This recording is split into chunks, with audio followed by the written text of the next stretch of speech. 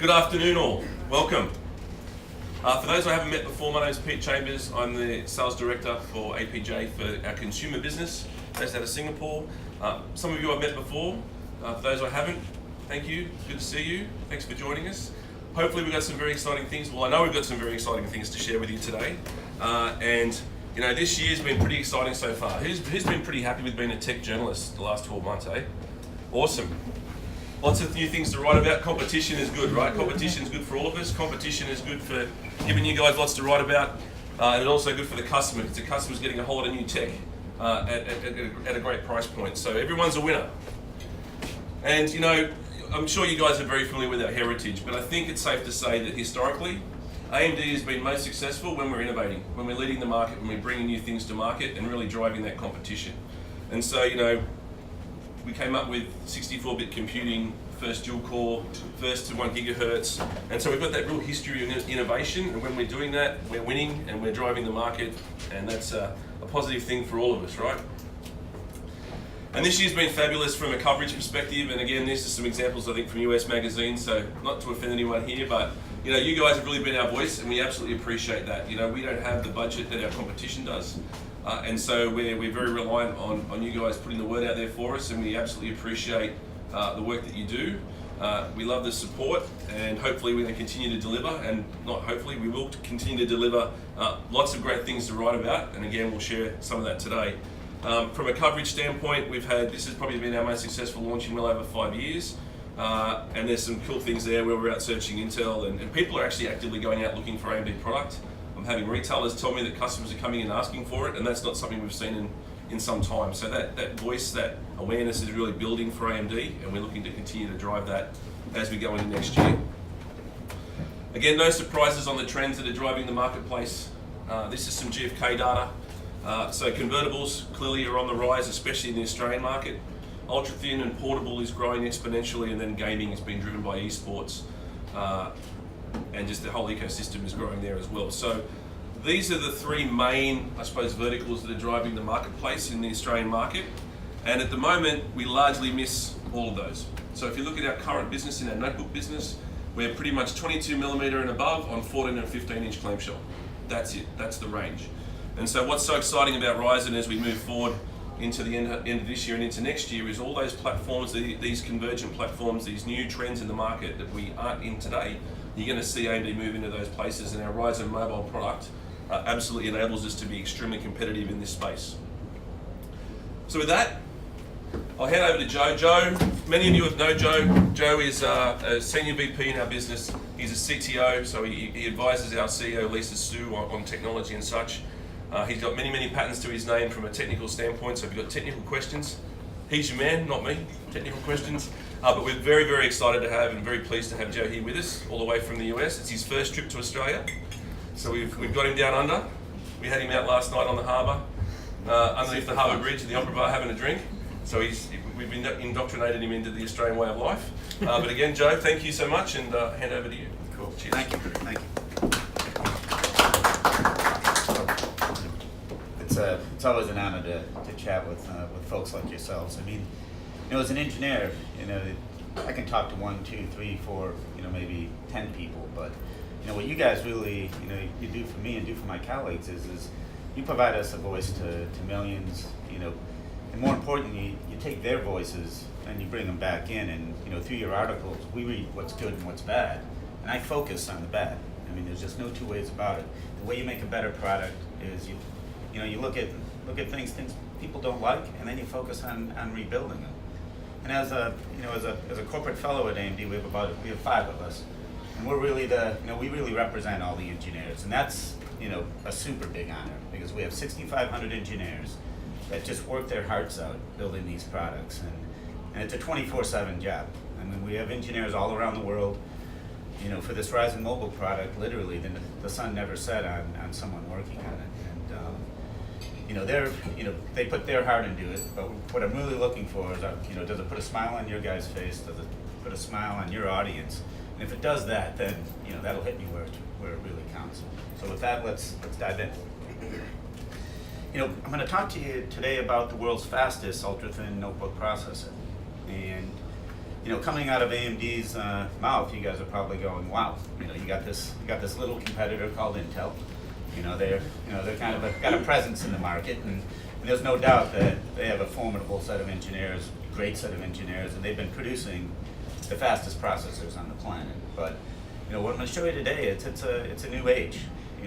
We've with Ryzen, we've really, through a lot of efforts over the last 4.5 years, I'm going to show you that we built a faster processor, a faster ultra-thin notebook processor. And that's, this is going to be a game changer for I think everybody. There we go. We start with our Zen processor core. We launched this in desktop first, but when we designed it, we really designed it to cover 3 major markets. The desktop, server, and notebook. And it's amazing that server and notebook, they're almost identical in what they want for power and performance. Desktop is really, you crank the voltage up to the max, and just push it as hard as you can. But what really made this a great notebook part was that our core is smaller than the competition. And if you look at power is very linear with the area of your processor core. If you have a smaller core, you're going to have lower power. It's the first step in the right direction. What's amazing is our IPC is basically on par. And so today we have 14 nanometer technology. Our competition is in a similar technology, but we're hitting a similar IPC with a smaller core, and that really allows us to make that first step towards building a great notebook part. 52% IPC increase over our previous generation. The goal we set for the engineers was 40%, and when we set that goal, no one had ever achieved generation over generation 40% IPC. IPC is the amount of work we do in a single clock tick, and it's probably the best metric to tell how good a core is. And and the guys, they blew through the goal, and that it blew me totally out of the water, because I spent my first 15 years of my career designing processors at DEC, Alpha microprocessors, VAXes. And to see the guys, hit this number, it was truly astounding.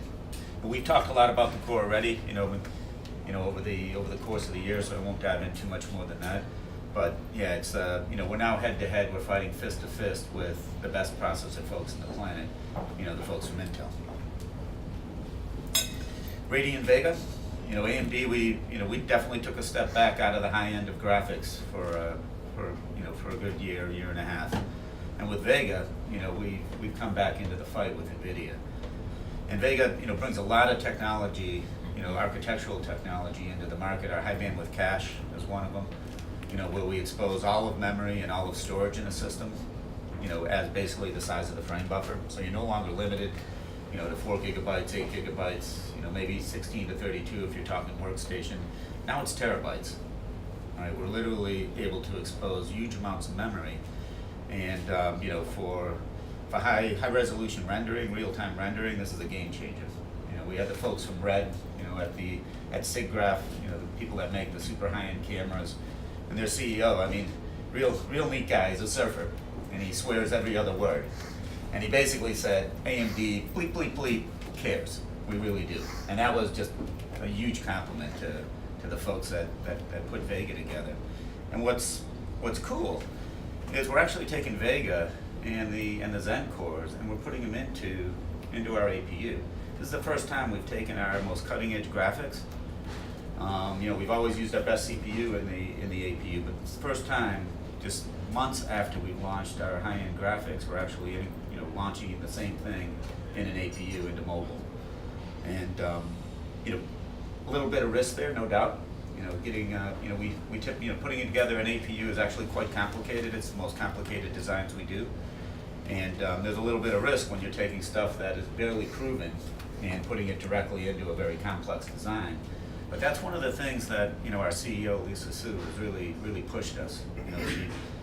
She always starts every conversation, with basically the same set of words: let's build great products. And the only way you can build great products is take your best IP, your best components, put them in and just go for it.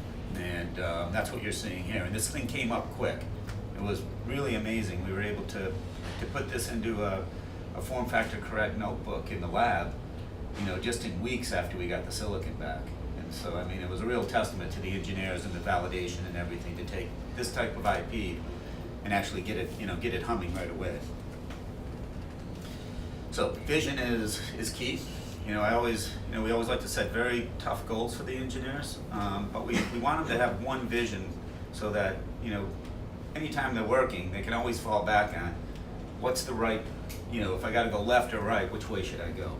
And here, we just put the stake in the ground and said, let's build the world's fastest processor. And the metrics, we used they're pretty simple for a mobile, right? You start with CPU, we set them a 50% generation over generation goal of improved performance, 40% on the graphics side. We wanted 50%, power reduction. And these were really tough goals, and this is what they actually achieved. 200% more CPU performance than what we had before at 15 watts, 128% more GPU, a 58% reduction in power. And typically when you see these massive performance increases, you don't see a big reduction in power. Right? I mean, perf power is one of the most important metrics, performance per watt, and to be able to actually move the needle on all three of these metrics in a positive direction with this much magnitude, that was difficult. I mean, there's just no two ways about it. I'm going to go through a lot of the power technology because that's really what makes a great notebook part, right? How do you exploit that powerful CPU and GPU without basically burning so much power that you have no battery life?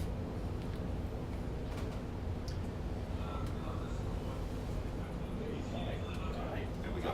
So 2 models today that we're gonna launch. One is the Ryzen 7, and the other one's the Ryzen 5. They both have 4 cores, 8 threads, 10 CUs on the graphics side for Ryzen 7, 8 on Ryzen 5. They both have 2 channels of DDR, and then speeds, 3.8 gig boost, 2.2 on Ryzen 7, and 3.6 and 2.0 on Ryzen 5.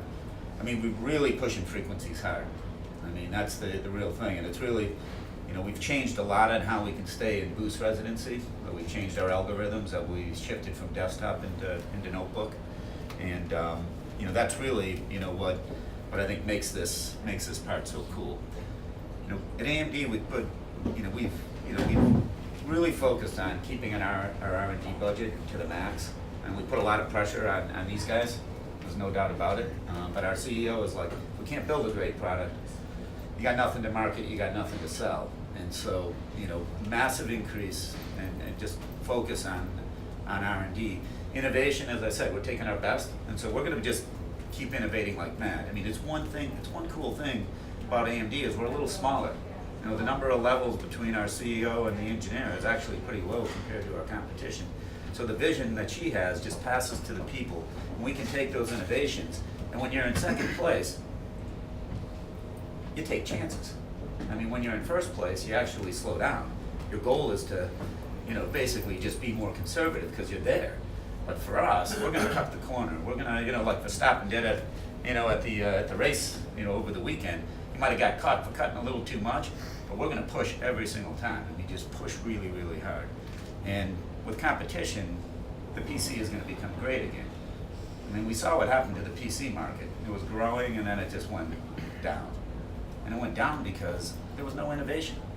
I mean, Intel was kicking our butt, and with that, the brakes just go on.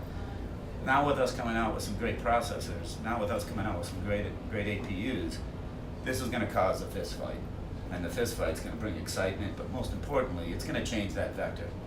I mean, we're already seeing it on desktop. Desktop is, this year is actually, the vector isn't down at the rate that people predicted, and we're going to start seeing the same thing in notebook. Where did you get the inspiration for the tagline, making PCs great again? It really was, our CEO just, stepping back. She's an engineer. She came out of IBM, she has a PhD from MIT, and, what she saw, was AMD had a lot of great talent, and, what we were really, lacking was just a maniacal focus on making a great product always. Just, taking some extra risks, right? We had a set of CPU cores that we were, we were polishing, the Bulldozer Corp. It was on a vector that was never going to beat the competition. And to go and basically throw it away and start from scratch, that takes a lot of strong stomach, right? Because if you blow it, she's the first person the board of directors fires. So she put her neck on the line, and she gave us the money and the direction to go and say, let's go for it. We'll live and die based on our engineers, and we'll go and see if we can build a truly great product that can give Intel not just a run for its money, but beat them. And that's what I'm here to try to convince you. So yeah, that's really what it came out of, just her desire to win. Yeah. So we've got these two big components, right? And what we connect them all together with is what we call the Infinity Fabric. So this is basically our on-die data path and control fabric that allows us to connect our CPUs, GPUs to memory, multimedia, display, I/O, all basically communicate through this one data path. And then there's a control layer of that allows us to power manage everything very fluidly. And this was another key innovation that we did. We threw away how we built SoCs at AMD, and we started over. And this is another key innovation that allowed that Zen core and the Vega graphics to really shine. And it's key for a lot of our power management. It's just absolutely fundamental for how we do power management. And it's very, very scalable. The same exact fabric is used in our EPYC servers, as well as our desktops, as well as Vega, as well as now the Ryzen Mobile. They're all leveraging that same piece of IP in a very similar way. Our SenseMI technologies, this is, we've talked a bunch about this. We've got two new ones we're going to talk a bit about. Precision Boost 2, Mobile XFR. Our neural net prediction, that's basically our branch predictor. And it actually uses machine learning to learn which way you're going through a program and allow us to basically predict those branches in order to actually get more parallelism in the machine at any time. Our smart prefetching is another key technology. We're predicting what data you're going to need to use before you use it. Basically, a modern processor is using prediction is almost everywhere. It's kind of funny. We go and there's a joke. We predict what we're going to do, and then we spend the next couple hundred cycles seeing if we predicted right. But that's how you go fast. And so you got to predict unbelievably accurate. So Precision Boost 2, what is the big difference between what we launched in desktop and what we're launching here is desktop, we would go to the boost state if we had one or two CPU cores going, one or two threads going, and the minute you had more, boom, we drop down to our base frequency. And what we're doing now is we're basically looking at thermals, looking at total power consumption, looking at activity, and then gracefully moving down to the base frequency. So if you're not overheating the system and not consuming too much peak current, we'll go and just keep it at the boost. So we can have many cores at peak boost, all depending on their activity, heat, and the amount of current. And then as we start to hit those limits, we start to gracefully come down. So it's a much more responsive system. It keeps us in the higher frequencies much longer. That's a key part of how we end up going faster than the competition. This is a good chart is how we're bringing on additional threads, and you can see how we're going from our boost frequencies all the way down to to where eventually we hit the base. Where we have basically up to 8 threads running and running heavy. If they're light threads, we can actually stay in boost. So it's really activity based. Across the die we have many activity counters. We have voltage monitors, current monitors, and temperature monitors, and those are all being integrated in very rapidly to go and determine what we should do. And I'll show you what the control loop looks like. And what's the longest you can stay in boost for? Because normally boost is... Say boost forever if you meet as long as your temperature is good. So ambient room temperature is taken into account. And is that something that only you guys are doing? The competition couldn't claim? The competition also does a pretty damn good job on boost. This is, I'd say, a good piece of the fist fight. Overall, we've had to do better on power management than the competition, and it's really, because of the history that Intel had a better process. So engineers are pretty simple. When there's a problem, we solve it. When there isn't a problem, we don't solve it. We're naturally lazy. Just like, all good people. If I can sit on my butt, I sit on my butt. But we had a big process disadvantage for a long time. It's kind of unique that we're actually about equal. I'd say Intel's process is still a little bit better at the 14 nanometer generation. The gap now has closed in terms of time. When they transition to 10, we'll transition to 7 soon after that. But those years of having that process gap forced us to focus on instead of using the muscle of process, we had to use our brain. And that's something that's built up over time. I mean, these technologies it's almost like polishing, a stone. You can't polish it in a minute. You got to just keep working at it, go to finer and finer grit, get that baby shiny.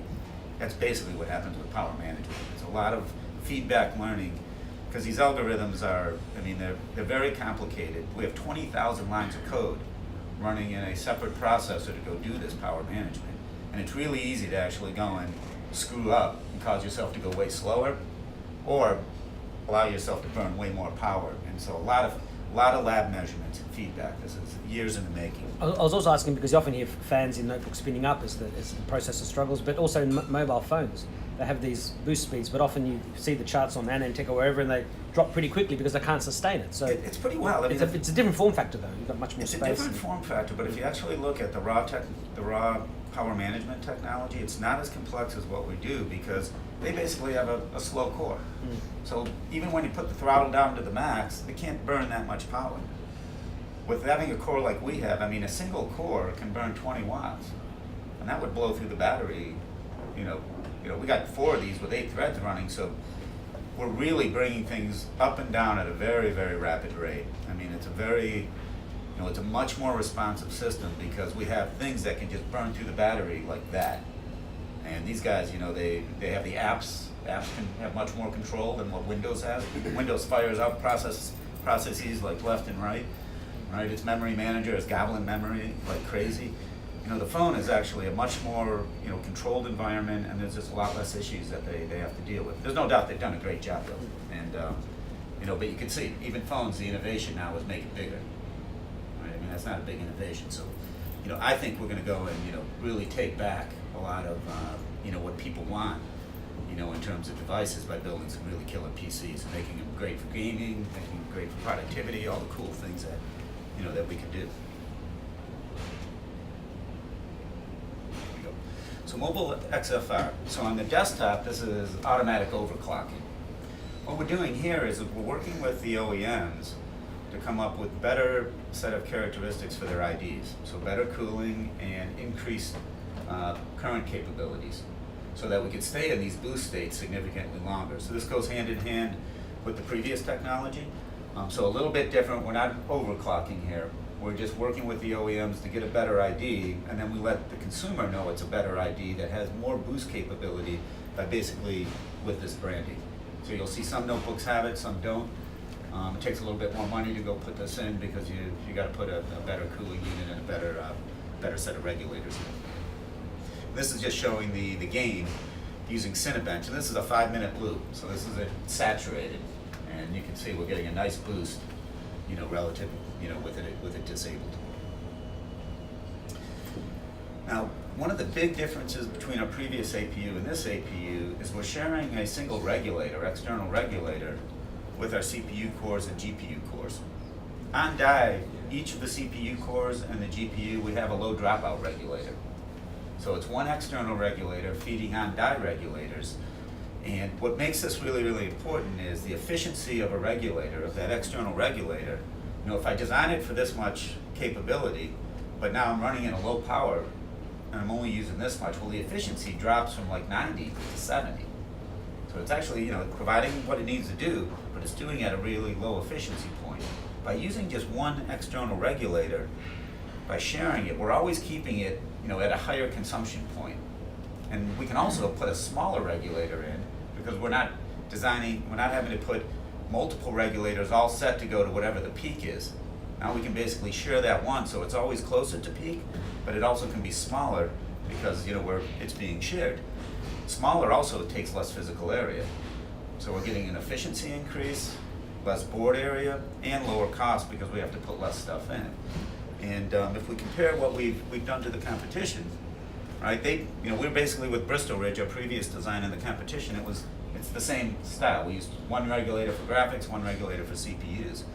But now, with this new design, it's a 38% smaller 36% smaller regulator. We end up with more boost current available to any component that wants to boost. It's really rare that you want to go max graphics, max CPU. Very often it's one or the other. They're kind of moving out a little bit, kind of almost out of lockstep. And so we're able to actually boost any one more because we have more capability available for it. And this gives us, as I said, a nice efficiency increase that helps us in our overall battery life. It's one of these rare moments where you got less cost, smaller board area, and better overall capability and efficiency. So this is the our per core frequency, and it's a control loop. The red blocks at the top are doing is they're actually measuring activity, and they're measuring it real time. And we do this whole loop every millisecond. Right? Humans can the human brain can measure about 10 milliseconds. That's kind of the goal for for VR. When you get above that 10, you can kind of make people sick. But we're doing it faster than the brain can feel, so you won't be able to tell what's going on as a human. It's all happening behind, but it's reacting dynamically to what you're doing. That's what we're measuring. The top is the activity. Then we have a controller that takes in all the limits, like how much current do I have, what's the maximum temperature, those type of limits. And then we're feeding this into these functions that are saying, okay, since I got this much activity, and I've got my limits, now let's go and set a frequency for that particular core. And we do it for all the cores and for the graphics unit. All that is then fed into a bunch of arbiters, because I got that single external regulator. Right? And that external regulator is also moving up and down in voltage.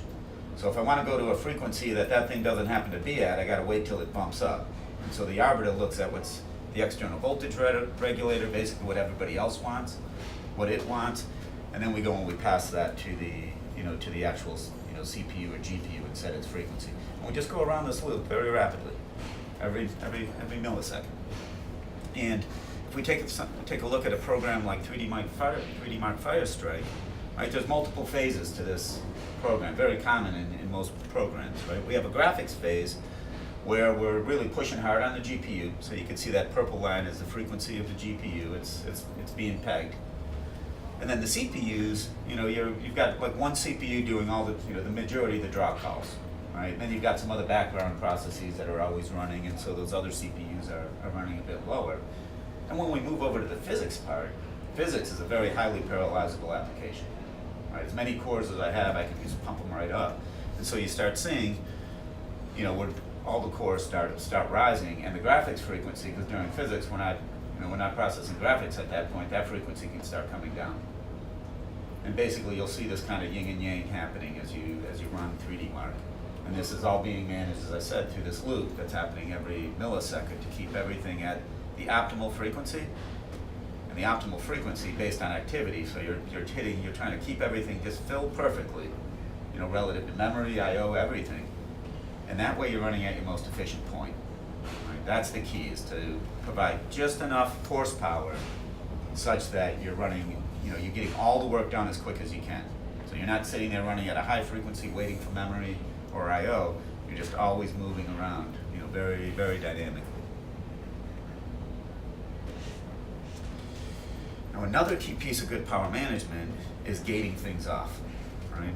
And you can go and gate logic, you can stop a clock from moving, we can go and bring LDOs, bring those down to 0 volts. We can turn power off in the main regulator.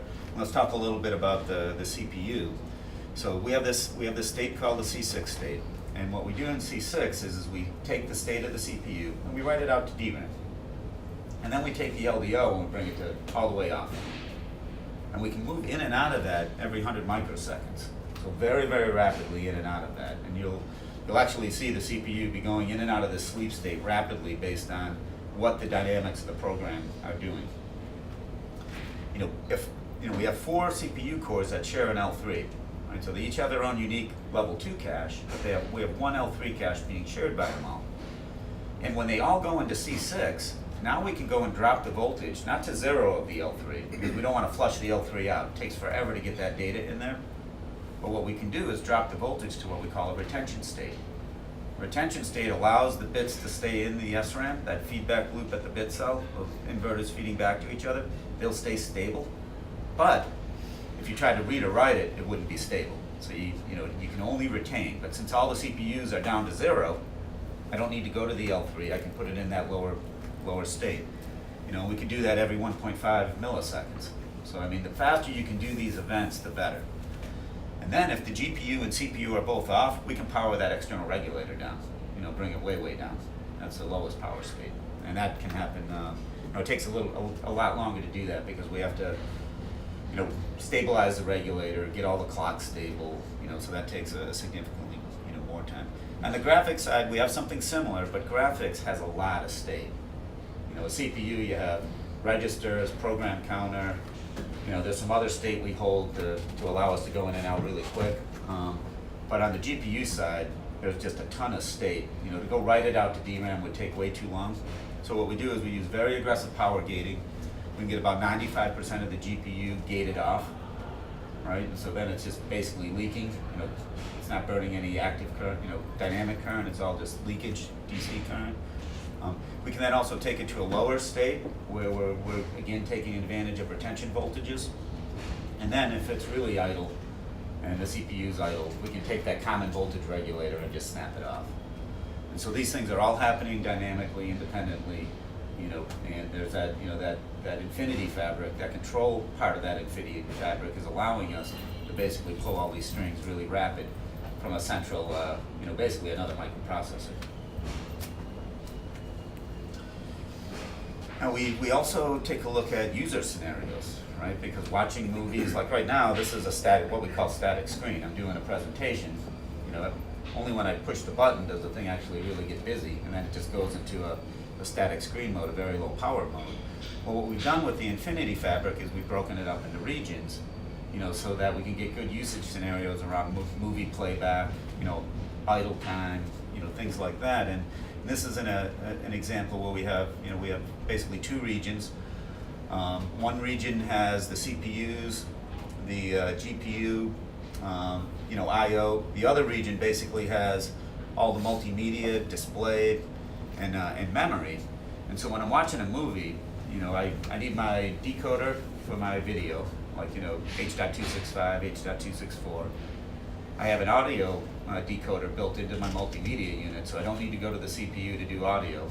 Right? I go to the CPU just once in a while to set stuff up, and then it kind of goes away. So I can just power up region B. I need memory because you got to have a place to hold all your frames, basically the movie. And I can just keep my region B powered up and then just shoot it out to the display. And so this is how we get very, very long battery life. This is something that's done very common in a cell phone. Cell phones have really kind of perfected this first. And then my region A powers up when I need to get to graphics, which I only need to get to if I'm doing 3D, because now I've got a beautiful, my display controller can do all the sizing and everything, so unless I need to actually do 3D, I'm cool. And obviously if I need the CPU, I then power up region A. So this allows us to really reduce the leakage part of the current way down, the static part of the current when I'm not using things. And then getting in and out of these states is so important. The faster I can do it, the better. And this is just comparing us back to what we did in the previous generation. In and out of for video codecs, we can go in and out 187% faster. The dual regions of the Infinity Fabric about 170. The coarse grain on the graphics is about 186, and then that C6 state, we keep pushing that down. We're going to continue to push that down, and we want to get that as low as possible always, because that's a major way to save power. Now let's talk performance. So we've talked about the IP we put in. We've talked about how we reduce power. And how we reduce power really plays into this performance story, right? Because we only got 15 watts on average, remember. And so we're comparing Ryzen 7 to Core i7 in the Acer machine that we're gonna be selling, late this year, early next year, and then the HP Envy, which is gonna be out here this year. And single thread is Cinebench 1T. We're basically equal to Intel, but then on Cinebench NT multi-thread, we just crush them. Here's a different one. So ray tracing. Here we're comparing Ryzen 7, Ryzen 5, Core i7, and then our old FX processor. So the FX is the 100% line. You can see ray tracing. Basically our Ryzen 5 is as fast as an i7. So, Intel, they like to go. They've been pushing everybody to go and say, oh no, AMD only competes with Core i5. Ryzen 7 is a Core i5 compete. Nothing ever touches our big boy. Well, they got it backwards. They just, I think they're a little dyslexic. right? I mean, if they actually measured something and told you the truth, it's really Core i7 is a Ryzen 5 compute. And you can see on PC Mark 10, the same story plays out. Encryption, again, the same story. The only place where, they really kind of poke ahead is really with Pass Mark 9. And that's really, the area that they've done better than us is on I/O. They're doing a little bit better managing the disk, and that's what has allowed Pass Mark 9 to go ahead. All the CPU components were kicking their butt, and we're going back. Obviously, this is as I said earlier, we figure out what we didn't do as well. We go back and we start focusing on it, and the engineers, we know how to fix this. It's just not fixed in this one.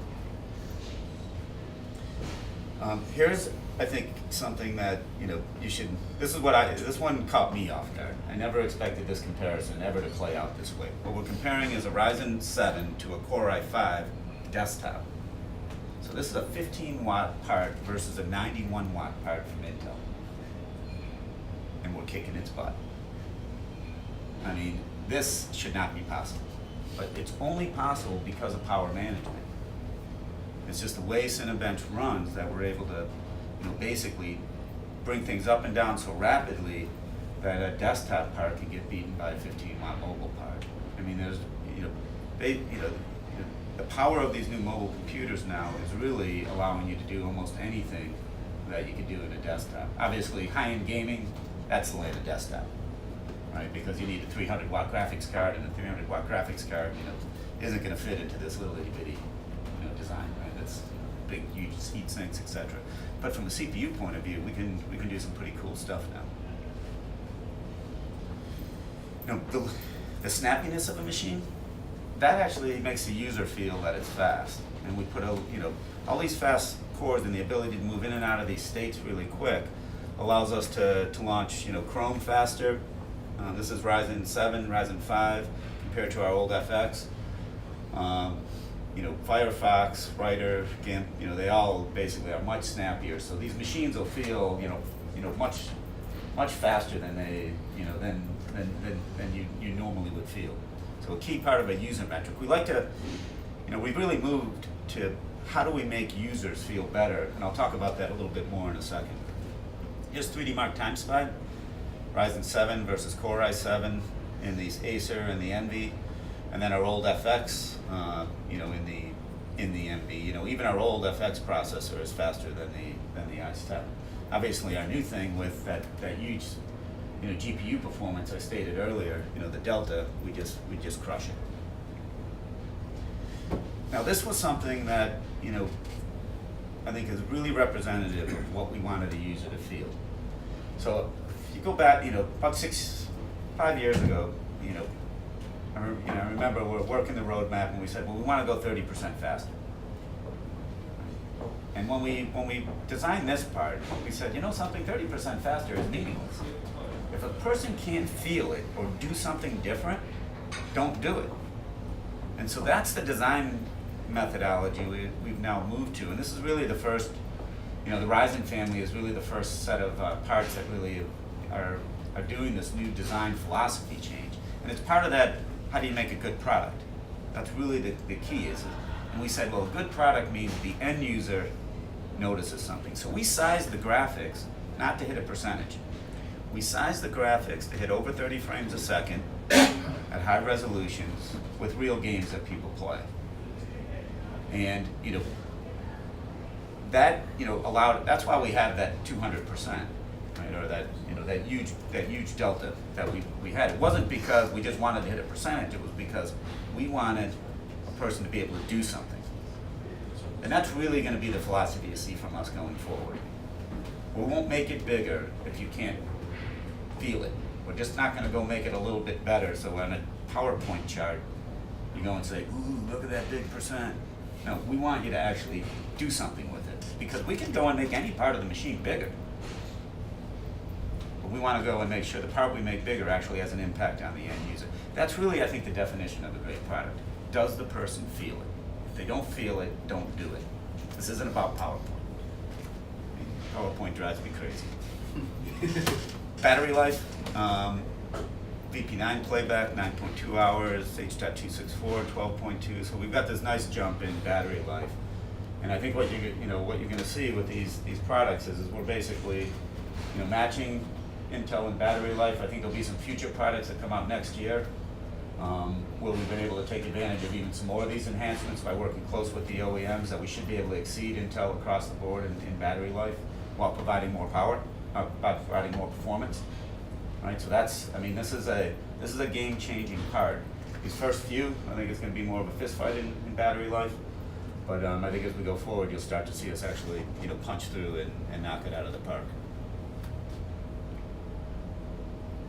And this is what we call a spider chart, taking different metrics, 3D performance, power efficiency, productivity, content creation, security, basically encryption, and then I/O. And you can see, the one place they got us by a few percent is on I/O, but the rest of the stuff we've got them crushed. And this is I think this is a good chart, a chart that says what makes a great product. You add to it what you can do, and then you've got the definition. So I wanted to tell you a story about the fastest. Only you guys are going to be able to say it is. So when you get stuff, you'll be able to, play with it and deal with it. You saw what we did on the desktop. So we're not just telling a story to, have great lunch. We want you guys to actually be able to deal with this stuff. And, the engineers, they put their heart and soul into it. I'm going to read everything you guys write about it.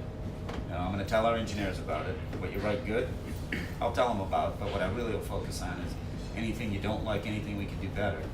But I think today it's a new age, a new time, and this is going to make Intel a better company because they're going to have to work harder. They're going to make us work harder. We got NVIDIA, right? They're playing with stuff and doing some great stuff. They're making us work harder. There's no doubt. I'm not telling you Vega's kicking NVIDIA's butt right now, but we're back in the fight. So you can see competition breeds innovation. Innovation creates cool and super great products. Products will drive the consumers. Everybody's life is going to be better. Hopefully you guys will, give me a few smiles. That's it. I was going to ask. The food's ready, so Well, just stop at this point because Okay. I'll next back up, right? Okay, and then we'll let you finish. Yeah, we'll get some food out. Yeah. Okay. Go ahead. I was going to say, with Ryzen products, the avenging gems that put AMD hand in glove with massive performance and power efficiency. At long last, do you marvel at the notion that you've thrown down the infinity gauntlet at NVIDIA and Intel? Well, It's meant to be a joke about marvel. I hear you. It is a joke, but it's what makes me happy is there's nothing funner than to be in a race and be able to lead. All right, it's there's an old saying. I'm a race car lover, and there's an old saying among race car people: second place is first to the losers. There's only one first place, and now I think we're in a position where we can be in first place. And so it's we have thrown the gauntlet down, and we want their best so that we can be better. We're only going to be better if it's a fight. I just remember, I think it was Hertz. We're number 2, or Avis or something. You definitely don't want to be first to the losers. Yeah. Okay. Thank you. And Joe's talked a lot about this through his presentation, but we feel the market was starved of innovation, right?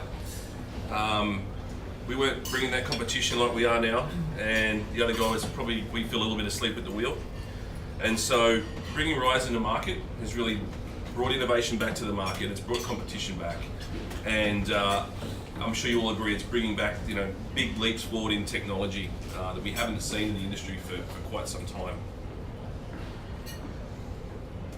And Ryzen, as we just talked about from a desktop standpoint, has really driven a lot of momentum in the market for us.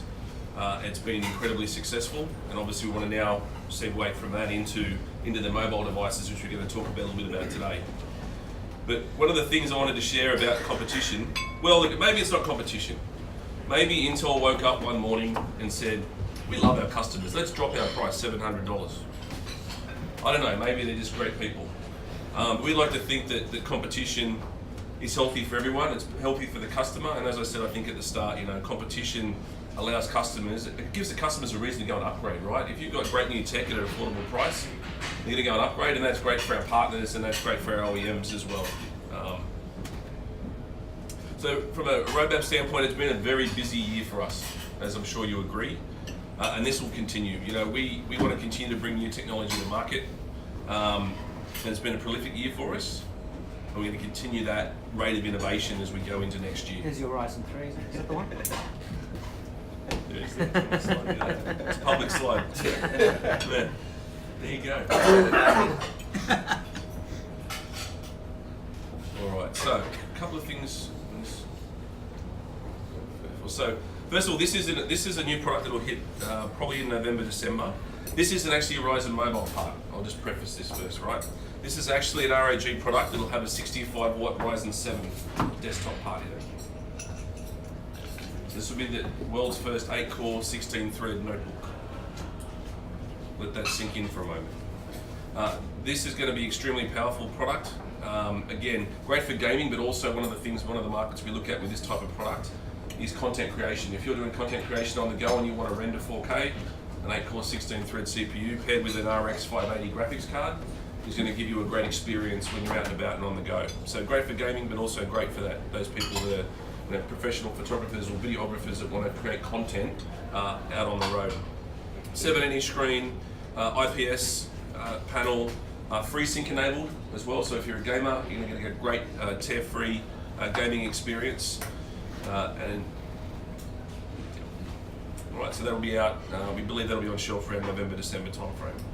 Alright, so onto our Ryzen Mobile based products. So there's 3 products that'll hit, I suppose, at a, what would you call it, the advanced party, as it were, that'll come out first, and then you'll see a lot more products as we move into next year.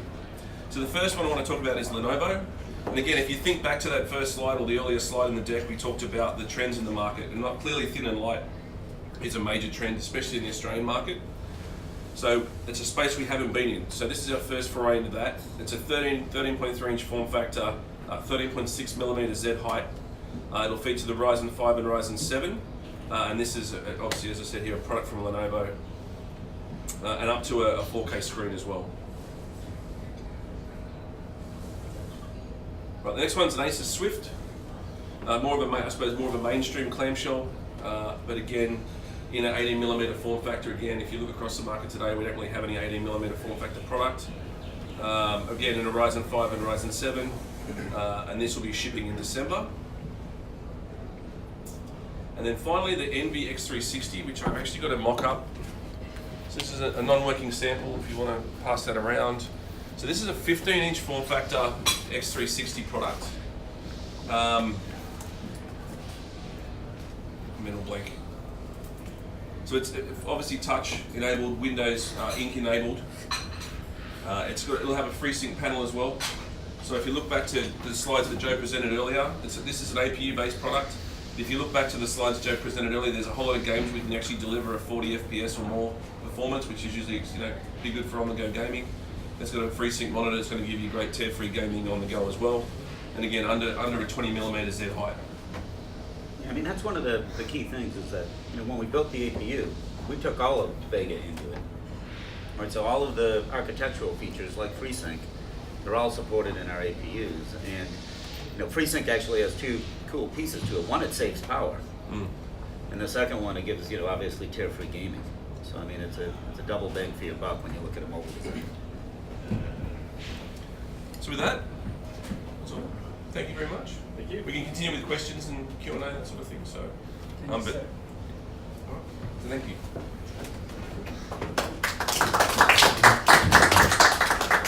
Could you tell us a little more about the Vega that's been implemented into Ryzen Mobile?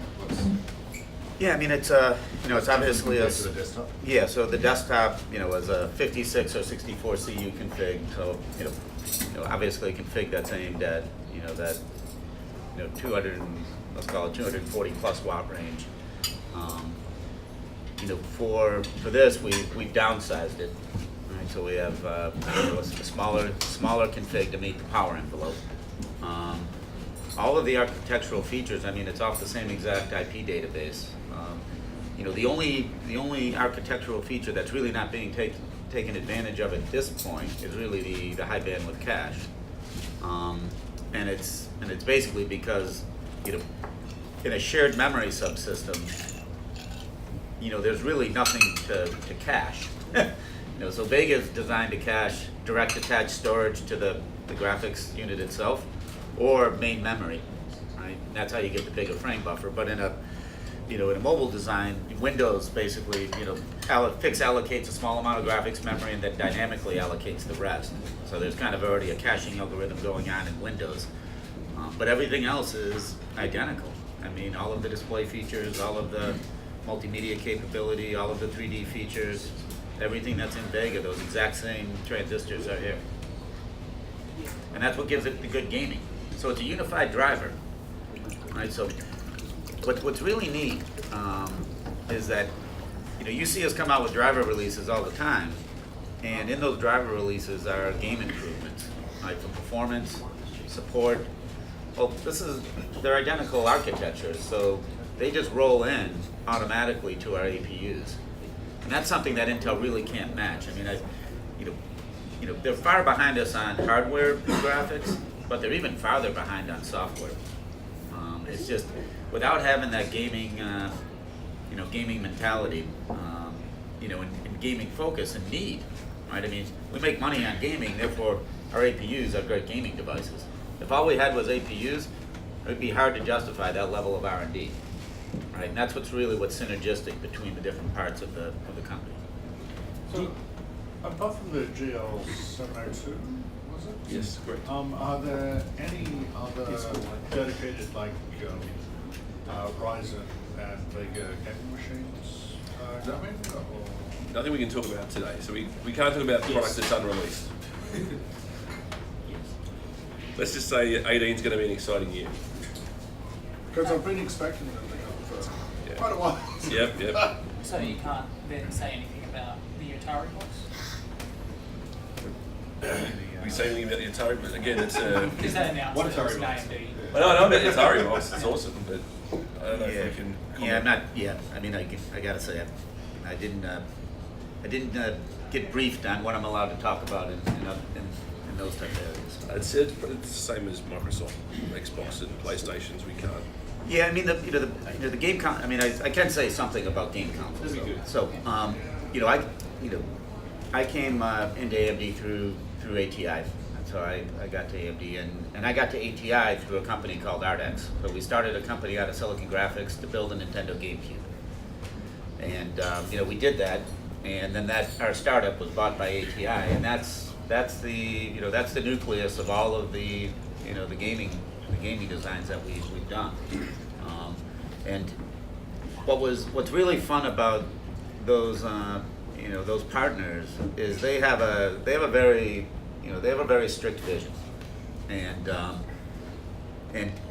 they bring us into their vision, and they're very maniacal, and they have very and they want to create the best thing for their vision, and so it's like instead of trying to think of all these OEMs and all these different platforms and all this stuff, finally as an engineer you get to go and aim right at the center of the bullseye and give it your all.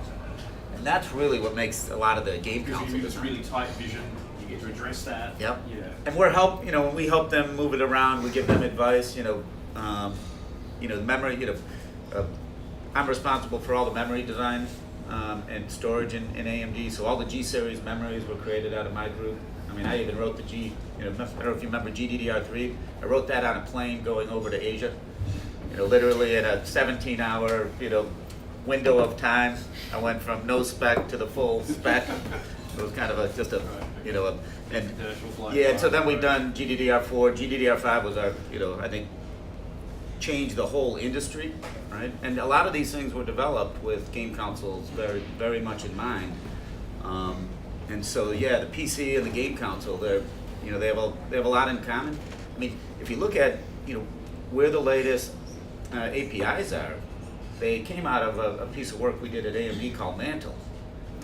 Right? Mantle was basically came out of all of our game game console development, because they touched the hardware at a much lower level, and we were like, wow, you've got with DX11, DX10, the number of threads that were really firing up for the game were actually quite low. Game consoles, they've gone to 8 threads and just cranking. And so we did Mantle to go and create a new API, and then that API was adopted, into Vulkan. They actually, everybody voted, including NVIDIA, they voted yes to adopt the AMD API, and you could see it. Now, all that game console work we did created Mantle, and now who's winning on DX12? I mean, it's pretty amazing. You take the same hardware, and I gotta give NVIDIA credit, they're kicking my butt on DX11 in a lot of titles. But then you go to a title on DX12, that same exact hardware flips like this. And it's because it's all, we have so much more experience with that API because it's our API. I mean, it's just built. It's just an offshoot of what we did. And if we didn't do it, I don't think there would be that DX out there. Maybe Microsoft would have done it at some point, but we definitely provided the motivation. And then they have great engineers, and I mean, I love the Microsoft, DX guys. They're true innovators. There's just no doubt about it. But yeah, it's game console is just a hell of fun, and the customers and the partners, and then there's nothing like seeing a young kid play with them. I mean, and just literally ignore the rest of their life. It's kind of it's sad in one hand, but makes me so happy on the other. The technical people who went through the same thing. Yeah, pretty much. Yeah. Look where it got us. What do you think's stopping Vulkan from being more adopted by developers? These things just take time. I mean, it's a new API. You have to have you have to have the support with all the hardware vendors, right? And that takes time to get in place. It's if you look at a game development, they lock down everything years before the game is published because they want to as an engineer, you want a consistent development environment. You don't want to be changing everything on the fly all the time because then you end up with a lot of bugs, you end up with instabilities, unpredictable performance. So they actually lock down on compilers and all kinds of features really, really early. And so, yeah, the cycle takes a while. I mean, DX12 came out a while ago. Vulkan, obviously came out a bit ago, and we're only seeing, I'd say, on DX12 enough games that you can say the API is now really being used. We'll see the same thing happen on Vulkan,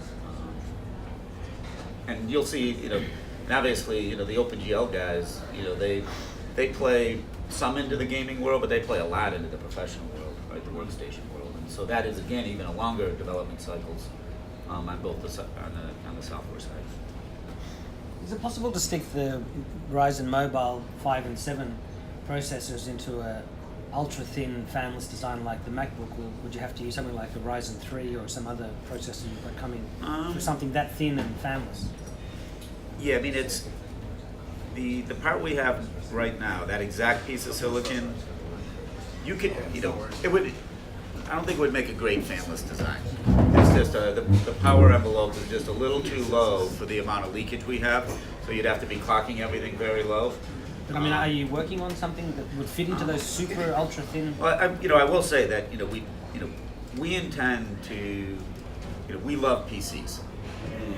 I mean, it's really, it's a, we think the PC is a platform for innovation, and so we want to play where the PC plays. I'm not going to say what products we're going to design, but I think you'll find AMD everywhere where a PC is.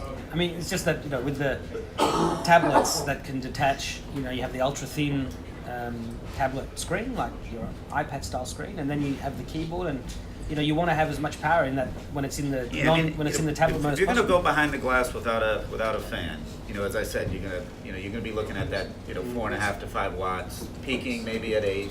And you may have to manage in that envelope. And the size of your silicon, then you want to design a smaller thing so that you're not having a lot of leakage. And so, it is a different design point. You can kind of think of it as gear shifts or whatever. But yeah, if you want to make the best thing for behind the glass, this particular part, I wouldn't say, this exact piece of silicon, isn't ideal for that. But you're working. As I said, we're working on stuff that covers the whole PC space, and I can't say anything else beyond that. Sure. With the third-party laptops you showed, can you give us like a vague order or something that we could sort of expect those? I would expect this in December, I'm sure. The others I would expect to ship ex-factory. The timing on shelf will be dependent on when the retailers accept stock, and there's some things around, because it's Christmas time, there's some other things at play that push things out, but So we could potentially see the first instance this year. yes. So the RAG definitely, this I would expect at current cycle, and then the other two would be shipping ex-factory this quarter in Q4. But might not hit retail till Q1. May not hit, yeah.